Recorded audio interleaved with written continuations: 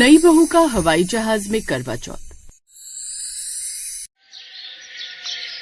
सोनिया पेशे से एक पायलट। शादी के बाद भी उसने अपनी जॉब कंटिन्यू रखी क्योंकि उसके ससुराल वालों ने उसे हमेशा सपोर्ट किया। शादी के बाद सोनिया का पहला करवा चौथ का व्रत था, इसलिए उसने जॉब से छुट्टी ले ली थी। ये तुमने बहुत अच्छा किया बहू कि तुमने करवा चौथ के व्रत के लिए जॉब से छुट्टी ले ली। तुम्हारे मम्मी पापा भी कह रहे थे कि करवा चौथ देने के लिए आएंगे। अच्छा है तुम उनसे भी मिल लोगी। जी माँ जी, मैंने सर को बोला कि मेरा पहला करवा चौथ है तो उन्होंने तुरंत मुझे छुट्टी दे दी। बोले कि अपना पहला करवा चौथ अपने ससुराल वालों के साथ मनाओ। अच्छा है ना, सब समझते हैं कि करवा चौथ बहुत बड़ा त्योहार है। हमारे हिंदुओं में करवा चौथ का त्योहार बहुत बड़ा माना गया है। शादी के बाद नई बहू के लिए इस त्योहार का महत्व और भी बढ़ जाता है। मुझे बहुत खुशी है कि तुम करवा चौथ पर आराम से अपना व्रत संपूर्ण करोगी। सोनिया करवा चौथ की तैयारियों में लग गई। सोनिया एक पायलट थी और पति इंजीनियर, पर सोनिया के पति ने उसे बहुत सपोर्ट किया। साथ ही सास ससुर भी अपनी बहू को बहुत समझते थे। सोनिया शादी के बाद ही अपनी जॉब के लिए वापस चली गई थी, इसलिए उसने अपने ससुराल वालों के साथ ज्यादा समय नहीं बिताया था। अब त्योहार का मौका था, इसलिए सोनिया अपनी सास के साथ तैयारी कर रही थी ताकि वो अपना ज्यादा से ज्यादा समय अपने ससुराल वालों के साथ बिता सके। ऐसे ही एक दिन सोनिया अपनी सास के साथ बाजार से शॉपिंग करके जब घर लौटी तो पड़ोसन ताने देने से नहीं चूकी। अरे वाह, पायलट बहू आज शॉपिंग करके आ रही है। मुझे तो लगा शारदा कि तुम्हारी बहू हवा में उड़ रही होगी, पर ये तो तुम्हारे साथ जमीन पर चल रही है। पड़ोसन व्यंग करती है तो सास भी करारा जवाब देती है। अरे बहन जी, पायलट है तो क्या हुआ, बहू है मेरी और अपनी जमीन अपने परिवार की अहमियत अच्छी तरह जानती है। जमीन पर चलती है तभी तो पता है कि करवा चौथ का त्योहार परिवार के साथ कैसे मनाते हैं। रही बात उड़ने की, तो उड़ने के लिए भी तो जमीन से ही उड़ान भरनी पड़ती है। हमारी बहू दोनों काम बखूबी जानती है, जरूरत पड़ने पर दुनिया घूमना और त्योहार पर घर को संभालना। ये शॉपिंग भी इसलिए कर रही है ताकि घर में सबको खुशियाँ दे सके। हाँ हाँ शारदा जी सही कह रही हैं, बहू का घर पर होना ही बहुत बड़ी बात है। आजकल की लड़कियां इतनी मेहनत करती हैं फिर भी परिवार के लिए समय निकाल लेती हैं। ये तो बड़े अच्छे संस्कार हैं। सास ने अपनी बहू की तारीफ करके और पड़ोसन को सधा हुआ जवाब देकर शांत कर दिया। सोनिया को अपनी सास के खुले विचार देखकर बहुत खुशी हुई। शाम को सोनिया के मायके वाले करवा चौथ देने आ गए। अपने मायके वालों से मिलकर सोनिया बहुत खुश थी। अरे मम्मी पापा आप सब आ गए, कितना मन हो रहा था आप सबसे मिलने का। हाँ बेटा, हमारा भी बहुत मन था तुझसे मिलने को। आंखें तरस गई थी तुझे देखने को मेरी पायलट गुड़िया। देखो बेटा, तुमने बुलाया और हम चले आए। कुछ देर बाद सोनिया के मम्मी पापा लौट जाते हैं। रात को सोनिया ने सबकी पसंद का खाना बनाया। अरे वाह सोनिया, आज तो बहुत शानदार खाना बनाया।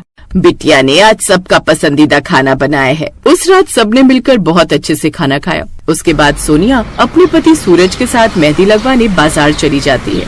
सूरज, पानी पूरी खानी है। ठीक है, मेहंदी लगवा ली है, चलो खिलाता हूँ। सूरज सोनिया को पानी पूरी के ठेले पर ले जाता है। तुम खिलाओ ना, मेरे हाथों में मेहंदी है। सोनिया तुम कुछ ज्यादा फिल्मी नहीं हो रही हो, लगता है पहले करवा चौथ के लिए ज्यादा रोमांटिक हो रही हो। बड़े भाव खा रही हो। हाँ तो और क्या, तुम्हारे लिए पूरा दिन निर्जल व्रत रखने वाली हूँ, थोड़े तो भाव खाऊंगी। सूरज और सोनिया बहुत खुश थे। अगले दिन सोनिया अपनी सास के साथ सरगी करती है। शाम की पूजा के लिए सोनिया अपनी सास से बात कर रही थी कि तभी उसका फोन बज उठता है। Hello sir.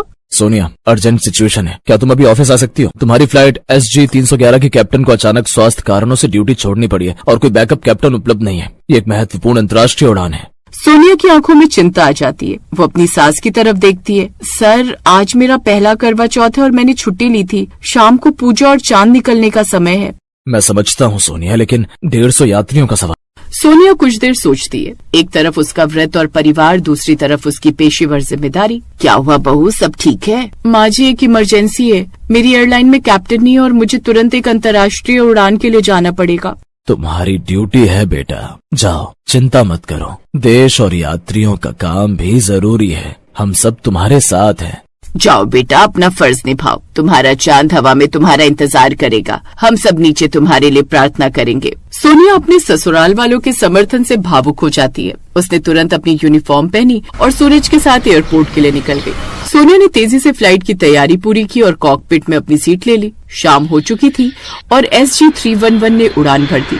आसमान की ऊंचाइयों में सोनिया का मन थोड़ा उदास हो गया, पर उसने यात्रियों की सुरक्षा पर ध्यान केंद्रित किया। उड़ान के बीच में फ्लाइट अटेंडेंट ने सोनिया को एक छोटा सा पैकेट दिया। मैम, ये आपके पति ने आपको देने को कहा था और कहा कि आप इसे क्रू मील के बाद खोलिएगा। सोनिया ने मुस्कुराकर पैकेट लिया। क्रू मील पूरा होने के बाद उसने पैकेट खोला। उसमें एक तस्वीर थी जिसमें सूरज चांद की तरफ देखकर मुस्कुरा रहा था और एक छोटा सा संदेश लिखा था, तुम लाखों फीट ऊपर हो, पर तुम्हारा चांद और तुम्हारा सूरज हमेशा तुम्हारे साथ है। जहाँ भी हो वहीं से व्रत पूरा करना। मेरे लिए तुम ही मेरी प्रेरणा हो। वापस आओ, तुम्हारा इंतजार करूंगा। ये देखकर सोनिया की आंखें भर आईं। उसने संदेश को दिल से लगाया। लगभग 40,000 फीट की ऊंचाई पर सोनिया ने कंट्रोल टावर से बात करके चांद निकलने का सही समय पता किया। ठीक चांद निकलने के समय सोनिया ने खास ऐलान किया, नमस्कार, मैं आप सबकी कैप्टन सोनिया बोल रही हूँ। आप सभी को हैप्पी करवा चौथ। आज मेरा पहला करवा चौथ है। अगर आप में से भी किसी का करवा चौथ का व्रत है तो चांद निकल आए हैं। ठीक हमारे बाईं ओर आसमान की ऊंचाई से पूर्णिमा का चांद बेहद खूबसूरत दिखाई दे रहा है। आप चांद के दर्शन करके व्रत खोल सकते हैं। सोनिया ने भी चांद के दर्शन किए। उसने सूरज की तस्वीर को अपने हाथ में लिया, अंजलि में थोड़ा सा पानी लिया और आकाश में चांद को देखते हुए अपना व्रत 40 फीट की ऊंचाई पर अपने हवाई जहाज के कॉकपिट में पूरा किया। उसने सूरज की लंबी उम्र की कामना की और अपनी ड्यूटी और पत्नी का दोनों फर्ज बखूबी निभाए।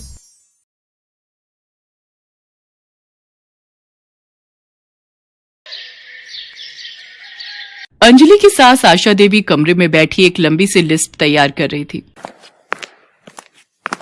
ये क्या तुम सुबह सुबह हिसाब किताब में लगी हुई हो? बड़ी देर से देख रहा हूँ।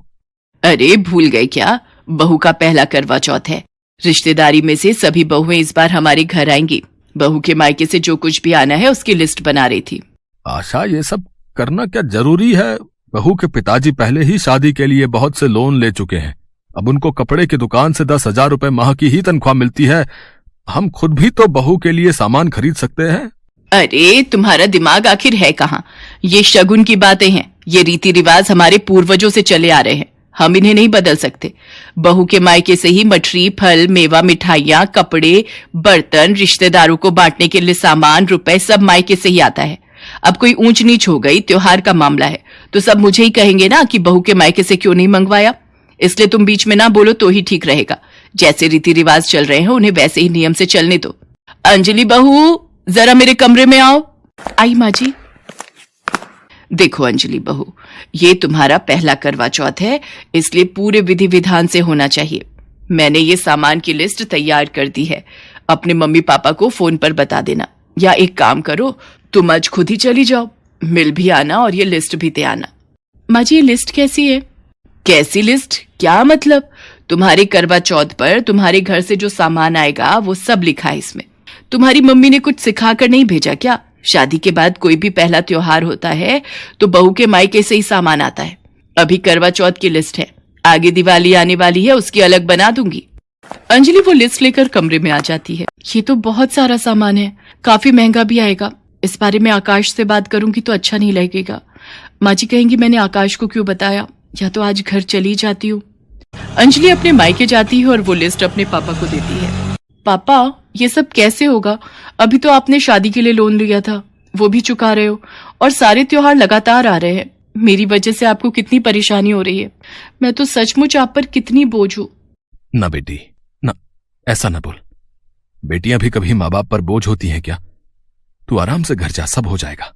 तेरे पापा ठीक कह रहे हैं अंजलि, और फिर त्योहार तो देने बनते ही हैं। शादी के बाद जितने भी पहले त्योहार आएंगे वो हर मायके वाले को अपनी बेटी को देने होते हैं। अंजलि घर आ जाती है। 2 दिन बाद करवा चौथ का त्योहार था। अंजलि के मम्मी पापा सास की बनाई लिस्ट के आधार पर सारा सामान देने आ जाते हैं। ढेरों सामान देखकर सास की आंखें फटी की फटी रह जाती हैं, फिर भी वो नाक मुंह सिकोड़ लेती है। बहन जी, ये लिस्ट में जो जो आपने लिखा था उसके हिसाब से हम सामान ले आए हैं। मिठाई और मठरी देसी घी की तो नहीं दिख रही। नहीं नहीं बहन जी, कानपुर शहर के मशहूर हलवाई की दुकान की है, वो देसी घी की ही बनाता है। नहीं भाई साहब, बस बाजार से पूजा का थोड़ा सा सामान लेना है, इसलिए अब चलते हैं। आपको पता ही है, शाम होते ही त्योहारों पर बाजार में भीड़ लग जाती है। अंजलि के मम्मी पापा करवा चौथ देकर चले जाते हैं। सच में अंजलि के मम्मी पापा करवा चौथ का बहुत ही बढ़िया सामान दे गए थे। अंजलि, तुम्हारे मम्मी पापा ने तो बहुत खर्चा कर दिया, उनके काफी पैसे लग गए होंगे। तुम ठीक कह रहे हो बेटा, काफी महंगा सामान है। करवा चौथ का दिन था। अंजलि और उसकी सास तैयार होकर पूजा के लिए जा रही थी। अरे सुनते हो जी, सुबह से रामदीन को देसी घी पहुंचाने के लिए कहा हुआ है, पर वो अभी तक लेकर नहीं आया। मुझे लगता है अब तुम ही ले आओ, नहीं तो पूजा के दिए में डालने के लिए घी नहीं है। अब ठीक है, लाता हूँ। अंजलि के ससुर बाजार से देसी घी लेने के लिए चले जाते हैं। तभी उनकी नजर एक स्कूटर पार्ट्स की दुकान वाले पर पड़ती है, जहां पर अंजलि के पिता खड़े थे और वो दुकानदार से पैसे ले रहे थे। दुकानदार और अंजलि के पिता की बातें सुनकर अंजलि के ससुर चौंक जाते हैं। अभी 2 साल पहले ही मैंने नई स्कूटी ली थी। मेरी बेटी ने ही मेरे लिए ये स्कूटी पसंद की थी। वो हमेशा नाराज रहती थी कि मैं बस से दुकान जाता हूँ। तो भाई साहब, आप ये स्कूटी बेच क्यों रहे हो? क्या करूं भैया, दुकानदारों का हिसाब करना है। करवा चौथ पर बेटी के घर सामान भिजवाना था। उधार लेकर भी कितने दिन रह लूंगा। सारे दुकानदार पैसे मांग रहे हैं, इसलिए स्कूटी बेचकर सारा कर्जा चुका दूंगा। अच्छा भी ठीक है, वैसे मैं इस स्कूटी के 50,000 रुपए दे सकता हूँ। दोनों की बातें सुनकर अंजलि के ससुर 1 मिनट की भी देरी नहीं करते और सीधा उन दोनों के पास पहुंचते हैं। अब समधी जी, कोई स्कूटी बेचने की जरूरत नहीं है। आप मेरे साथ घर चलिए, हम घर चलकर बात करते हैं। अरे समधी जी, आप और यहाँ? अच्छा भैया, मैं थोड़ी देर में आपके पास आता हूँ। है अंजलि के ससुर उसके पिता को लेकर घर पहुंचते हैं। अंजलि और आकाश को जब ये बात पता चलती है तो वो दोनों भी हैरान रह जाते हैं। अंजलि की सास भी बहुत शर्मिंदा थी।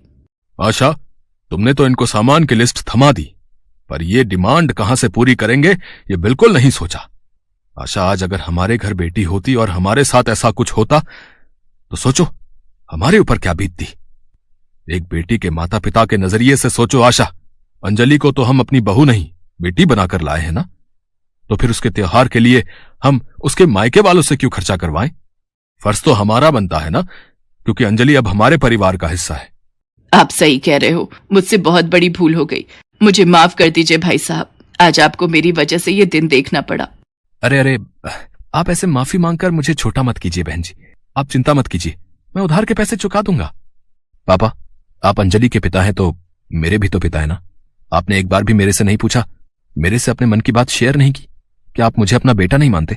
आपको कोई स्कूटी बेचने की जरूरत नहीं है। जितना भी सामान खरीदा है उसके पैसे मैं दूंगा, आपका बेटा देगा। आकाश ठीक कह रहा है समधी जी, और मेरी एक विनती और है।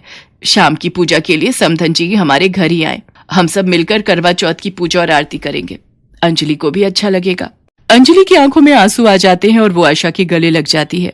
आशा देवी को समझ आ गया था कि ये सब रीति रिवाज हम इंसानों ने ही बनाए हैं, और ये सच है, मिल बांटकर कोई भी काम करने से काम बोझ नहीं बनता।